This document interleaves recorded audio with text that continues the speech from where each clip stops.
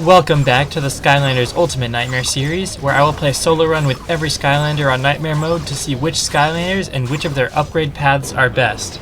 For today's run we've got Gill Grunt starting out on the Harpooner upgrade path. This path bestows us the abilities of doing increased damage with our harpoons, allowing the harpoons to pierce enemies and travel through them to hit extra targets, and triple shot harpoons to shoot 3 at once. It is worth noting that with the triple shot harpoons, the side ones do much less damage than the center one. Any enemy can only get hit by one harpoon at a time, interestingly, and luckily the slight lock-on effect prefers to target enemies with the center one. If you don't know what I mean, if you use an attack near an enemy in their general direction, it'll usually aim you towards them.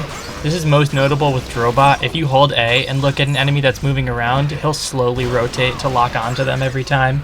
But anyways, that means that the triple harpoons doesn't increase your damage output by quite as much as you might think they would. It only works when there's big groups of enemies. In my opinion, it's really the piercing harpoons that are the best upgrades on this path, but the best upgrade overall is probably his Wow Pow. Firstly, the Soul Gem. It allows you to charge up the anchor cannon attack and then release to fire a giant anchor, and the Wow Pow ups that to 3 anchors which spread out. This attack, interestingly, it is possible to hit one enemy with multiple of the projectiles, although 2 at once is the highest I've ever been able to hit.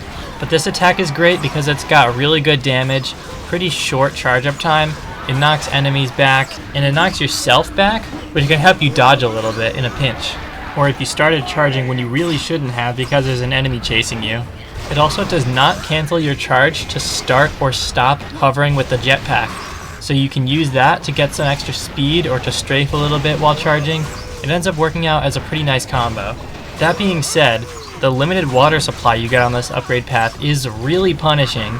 You get such little water that you can only hover with the jetpack for about 3 seconds.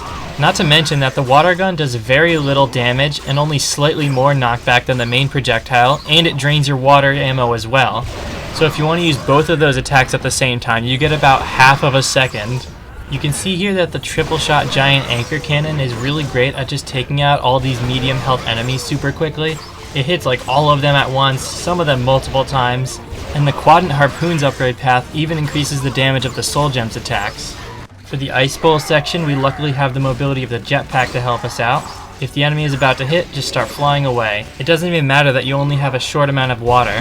And the Snow Pit section a little bit later is not a huge issue because of the Water Elemental Zone, helping me boost my damage against these really otherwise tanky enemies. Armored Mohawk Cyclopses did give a little bit of trouble.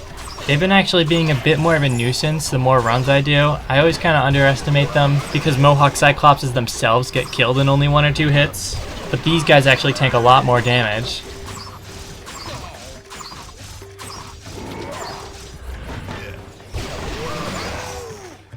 However, no matter how piercing your attacks are, it doesn't matter if the enemies have shields up. So the Archean Jousters kinda counter Gill Grunt here.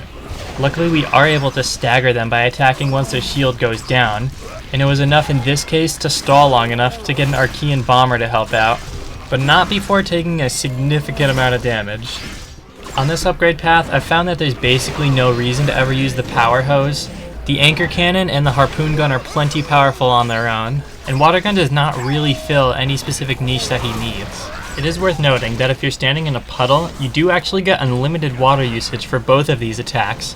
However, there are barely any of these in Giants, except for a couple of water elemental zones. It's mostly something that'll help you out in Spyro's Adventure, where there is a lot of water. But anyways, we're moving on to the Water Weaver upgrade path, which, of course, gives you unlimited water for both of these attacks. It also increases the damage of that water hose, and it allows you to shoot out sea creatures while spraying.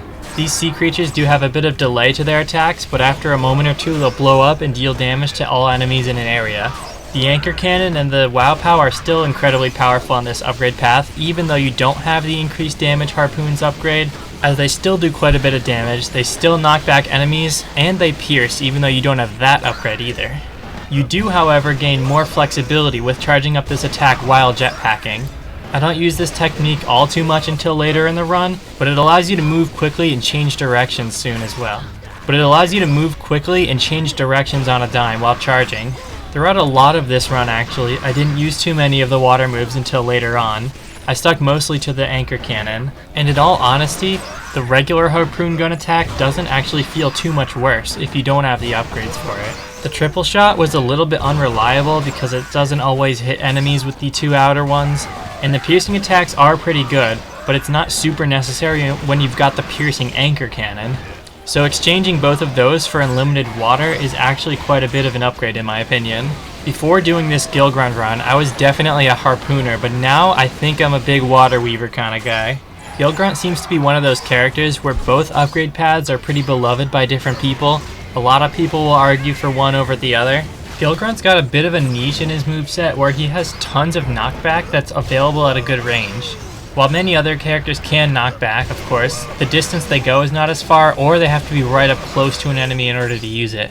It may not be the best effect to specialize in, but it is something Gill Grunt is pretty good at. It's about at this point in the run where I finally start experimenting with using all my moves in the kit, but all 4 moves kinda serve their own purpose. The jetpack obviously gives you speed, water gun is big damage and knockback, the harpoon has got range, and the soul gem is going to give you a charge attack which gives you good attack, range, and damage.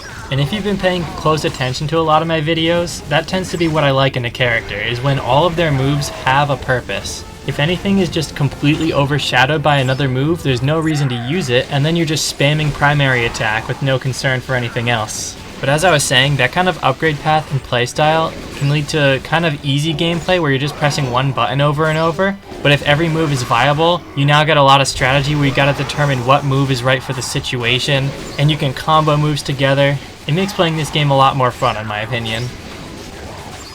You can begin to see the starfish cannon coming into play here. I launch a bunch of sea creatures at these guys, it damages them and knocks them back, it stops their attacks.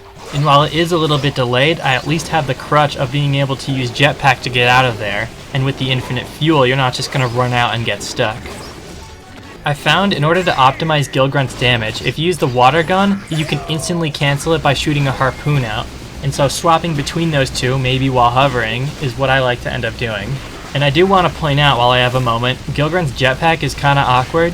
If you're standing still or moving slowly when you activate it, you're going to start hovering slowly. But if you're running or moving quick when you start it up, then you're going to start moving faster in the jetpack. It's a little quirk to it that's a little weird to get used to, and can definitely kill you sometimes if you get a slow jetpack and you're not expecting it.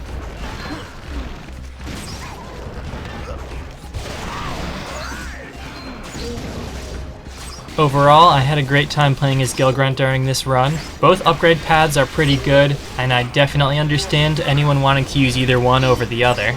But now I've got a new appreciation for the Water Weaver, although it doesn't mean you can jetpack straight through these guys, unfortunately.